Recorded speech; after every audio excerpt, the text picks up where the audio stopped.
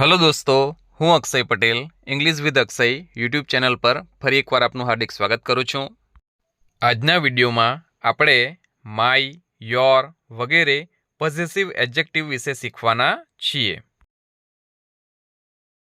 અહીં પહેલું વાક્ય છે આ મારી મમ્મી છે।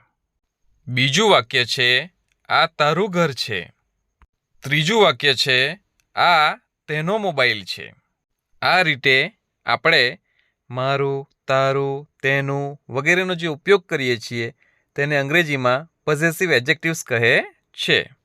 કોઈ વ્યક્તિ કે વસ્તુ આપણી છે કે બીજાની છે તે બતાવવા માટે પોઝેસિવ એડજેક્ટિવ્સનો ઉપયોગ થાય છે। પોઝેસિવ એડજેક્ટિવ્સ તરીકે my, our, your, his, her, its, ધેયરનો ઉપયોગ થાય છે। અવરનો ઉચ્ચાર ઇંગ્લિશ ડિક્શનરી મુજબ આર અને આવર પણ થાય છે। સૌપ્રથમ આપણે માયનો ઉપયોગ જોઈએ। માયનું ગુજરાતી મારો, મારી, મારું, મારા એવું થાય છે। પહેલું વાક્ય છે મારું નામ રાહુલ છે। અહીં મારું માટે માયનો ઉપયોગ થશે અને વાક્ય બનશે માય નેમ ઇઝ રાહુલ। બીજું વાક્ય છે આ મારી બેગ છે। અહીં મારી માટે માયનો ઉપયોગ થશે અને વાક્ય બનશે ધીસ ઇઝ માય બેગ।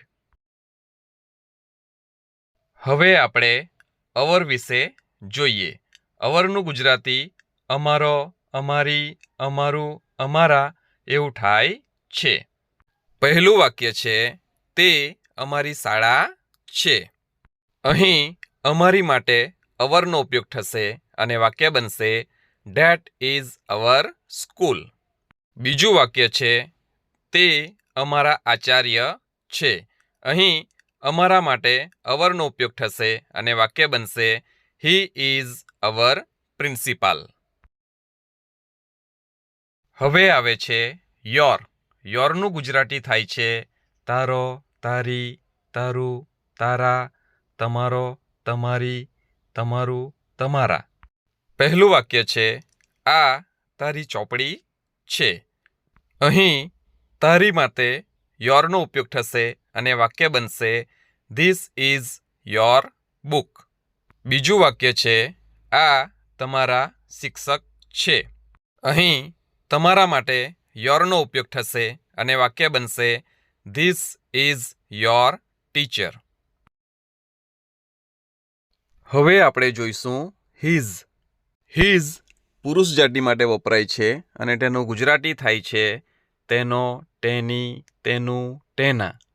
પહેલું વાક્ય છે તેનું નામ વિપુલભાઈ છે। અહીં વિપુલભાઈ એ પુરુષ જાતિનું નામ છે એટલે અહીં આપણે તેનું માટે હિઝનો ઉપયોગ કરીશું અને વાક્ય બનશે હિઝ નેમ ઇઝ વિપુલભાઈ। બીજું વાક્ય છે આ તેની પેન્સિલ છે। આ વાક્યમાં પણ આપણે વિપુલભાઈની જ વાત કરીએ છીએ એટલે તેની માટે આપણે હિઝનો ઉપયોગ કરીશું અને વાક્ય બનશે ધીસ ઇઝ હિઝ પેન્સિલ। હવે આવે છે હર। હર અને હિઝ બંનેનું ગુજરાતી સરખું છે પરંતુ હરનો ઉપયોગ સ્ત્રી જાતિ માટે થાય છે। અહીં પહેલું વાક્ય છે તેનું નામ રિયા છે। અહીં રિયા એ સ્ત્રી જાતિનું નામ છે એટલે આપણે તેનું શબ્દ માટે હરનો ઉપયોગ કરીશું અને વાક્ય બનશે હર નેમ ઇઝ રિયા। બીજું વાક્ય છે આ તેની છત્રી છે। અહીં પણ આપણે રિયાની જ વાત કરીએ છીએ એટલે તેની માટે હરનો ઉપયોગ થશે અને વાક્ય બનશે ધીસ ઇઝ હર અમ્બ્રેલા।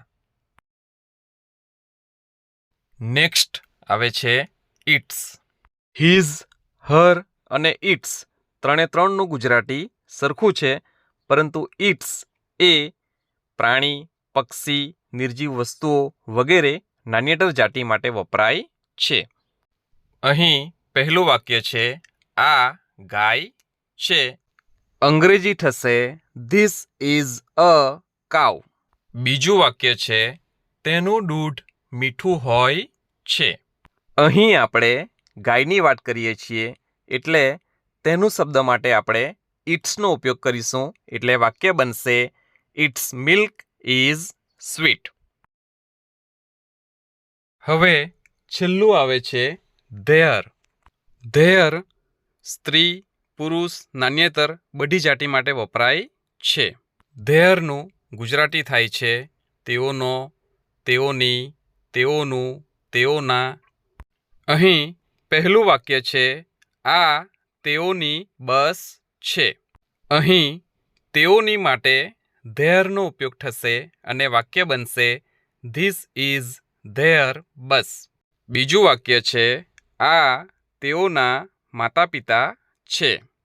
તેઓના માટે ધેયરનો ઉપયોગ થશે અને વાક્ય બનશે this are their parents. Thanks for watching this video. See you in the next video with new topic. Till the time, bye bye and take good care of yourself.